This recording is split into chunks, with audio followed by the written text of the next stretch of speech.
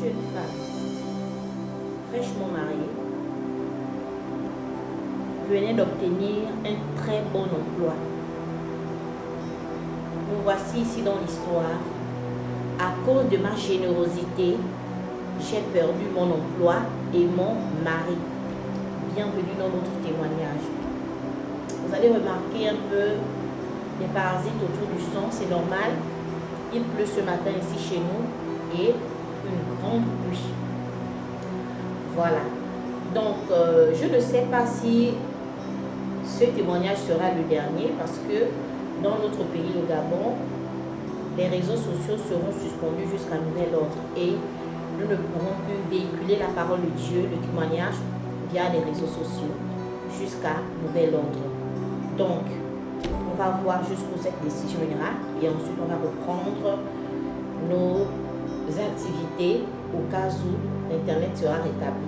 Donc, pour tous mes abonnés qui sont dans les autres pays, si vous voyez que ici, là, il n'y a plus rien, c'est parce que parce que dans notre pays, on va suspendre les réseaux sociaux pour un temps. Entrons dans la suite de notre histoire. La jeune femme, fraîchement mariée, fraîchement diplômée, elle vient d'avoir un très bon emploi, bien rémunéré. Donc, c'est une jeune mariée, donc elle n'a pas encore d'enfant, etc. avec son mari. Elle quitte du travail. Elle rentre au marché parce qu'elle faisait souvent que quand elle part au travail, elle vient au marché, donc elle achète des provisions pour préparer en rentrant du travail. C'est ça. Et voilà que notre jeune sœur, nous allons le nommer Carla. Nous allons lui donner le prénom de Carla. Donc notre jeune sœur Carla quitte de son lieu de travail. Elle se rend au marché parce qu'en quittant dans ce lieu de travail, en passant par le marché, il y avait un grand marché sur le côté. Il y avait un grand marché. Donc c'est là-bas où elle faisait les courses, histoire d'acheter un peu des légumes. Voilà comment, en entrant au marché, elle a fait ce qu'elle avait à faire. En ressortant maintenant, elle rencontre un monsieur. Ce monsieur, c'est un mendiant qui était assis comme ça et qui lui demandait de l'argent. S'il vous plaît, madame, ayez pitié de moi. S'il vous plaît, madame, je n'ai pas mangé. S'il vous plaît, madame, j'appelle à votre générosité. Donnez-moi quelque chose pour mettre sous la dent. La dame a un cœur pur. La dame a le cœur sur la main. La dame ne pouvait pas voir un monsieur comme ça demander et elle passe. Même si c'était vous, vous allez faire quoi face à cette situation? Qu'allez-vous faire? La dame a fait sortir une pièce et a remis au mendiant. Et ensuite, elle est rentrée chez elle à la maison. Bien-aimée dans le Seigneur, écoutez bien l'histoire. Vraiment, ayons le discernement dans tout ce que nous faisons.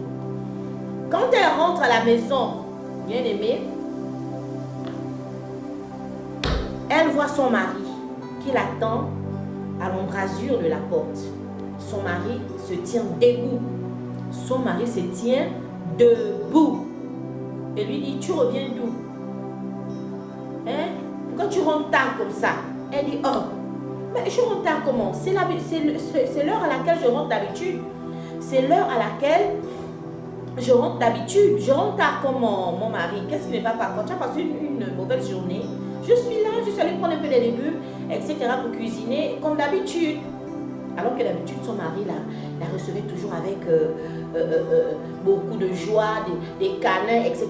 Vu que lui, il finissait le travail tôt. Elle terminait souvent un peu plus tard. Donc, celui qui arrivait toujours en premier à la maison, le mari. Cette fois-ci, c'est pas comme ça.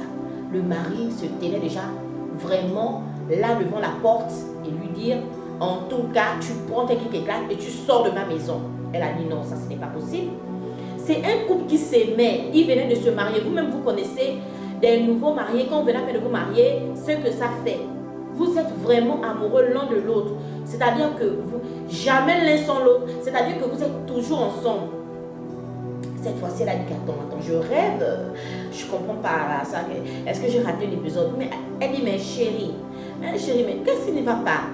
Voilà les légumes, je reviens du marché. Voilà, je suis sur le point de cuisiner. Il ne veut rien entendre. Tu prends tes choses, tu dégages de ma maison. Elle dit, mais ça c'est quelle histoire? Qu'est-ce que j'ai fait de mal? Il ne dit rien. Après, il a pris les clés de son véhicule. Il a dit que dès que je sors, là, quand je reviens, tu es déjà parti. Si tu n'es pas parti, c'est que je vais te faire. Toi-même, tu n'as pas aidé. Elle a dit, mais il y a quelque chose. J'ai dû rater un épisode. Et comme elle n'a pas voulu trop insister, effectivement, elle a commencé à faire ses bagages, mais elle n'est pas partie de suite. Et quand son époux arrive, son époux la retrouve à la maison. Quand son époux la retrouve à la maison, son époux lui dit, on ne sait pas pourquoi partir. Il commence à employer la force. C'est là où elle a dit que non, là c'est un autre homme. Ce n'est pas le monsieur que j'ai accepté, ce n'est pas le monsieur que j'ai connu. Là, voilà comment elle est sortie de la maison. Elle est partie chez sa mère en pleurant. Elle a dit, maman, c'est que je vis là, ça me dépasse. La maman dit que mais c'est quoi? Oh, voilà, mon mari m'a chassé de la maison et tout, etc. Je ne sais pas ce que je lui ai fait. D'habitude, quand je vais au travail, je rentre. Il sait que je m'arrête sur mon marché pour faire des emplettes. Et là, maintenant, cette fois-ci, dès que j'arrive, il me dit, il est fâché et il me demande de sortir de la maison. La mère dit que non, mais ça, c'est pas possible. Est-ce que tu n'as pas l'habitude de faire comme ça? Elle dit que ça, c'est vraiment même ma routine. Chaque fois que je finis du travail, je passe par le marché, je fais des courses et je rentre à la maison pour cuisiner.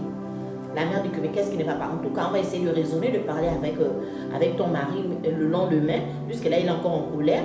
On saura comment on va parler avec le lendemain. Entre-temps, dors, d'abord, repose-toi. Tu as eu une journée très, très, très stressante. Dors d'abord, on va voir comment on va aller parler avec ton mari. Parce que ça, là, ce n'est pas une raison pour laquelle il va te mettre dehors. Vu qu'il t'a épousé, là, il a donné la dot. Ce n'est pas possible. Bien aimé dans le Seigneur, la mère console sa fille. La mère console Carla. Elle dit à Carla que dors. On va régler le problème là demain. Carla obéit. Le lendemain matin, se lave pour s'apprêter pour aller au travail. Arrivée au travail, elle voit son chef. Ce que je vous dis, c'est une histoire vraie. Ça s'est passé en République du Congo. Voilà, c'est au Congo-Brazzaville. En tout cas, c'est le Congo, pas la RDC. Donc, elle arrive comme ça le matin, elle voit son boss avec son CV. Madame, venez dans mon bureau. Oui, en tout cas, à partir d'aujourd'hui, vous êtes virée de cette entreprise. Elle dit, mais qu'est-ce que j'ai fait? Il parle des choses qui ne tiennent pas la route. Vous allez signer, en tout cas, faute lourde, et vous n'avez aucun droit. Elle a dit, non, ce n'est pas possible. Je rêve. Je suis dans un rêve. Seigneur, réveille-moi. Je suis ta fille, réveille-moi. Je suis dans un rêve. Elle dit, mais boss, qu'est-ce qui s'est passé? Oh, mais qu'est-ce que j'ai fait? Oh non, en tout cas, il y a une personne qui va te remplacer qui est plus efficace que toi et tout.